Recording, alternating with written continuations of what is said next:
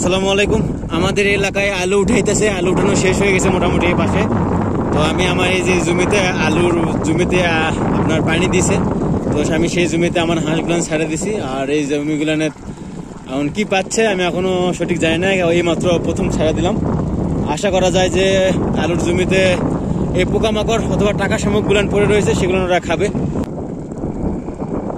তো আলহামদুলিল্লাহ আমি আমার এই হাঁসগুলান যেভাবে কিনছি তা আপনারা অনেকেই জানেন, আবার অনেকেই জানেন না।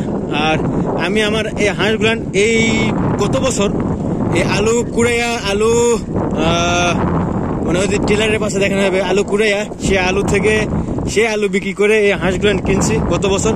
সে গত বছর তো ইনশাল্লাহ আজ পর্যন্ত আমার হাঁসগুলান আছে আলহামদুলিল্লাহ। আপনারা সবাই দোয়া করবেন আমি যেন আরো আলহামদুলিল্লাহ আরো এখান থেকে যেন আরো বড় কিছু করতে পারি। তো এই বলে শেষ করতেছি। আসসালামু আলাইকুম।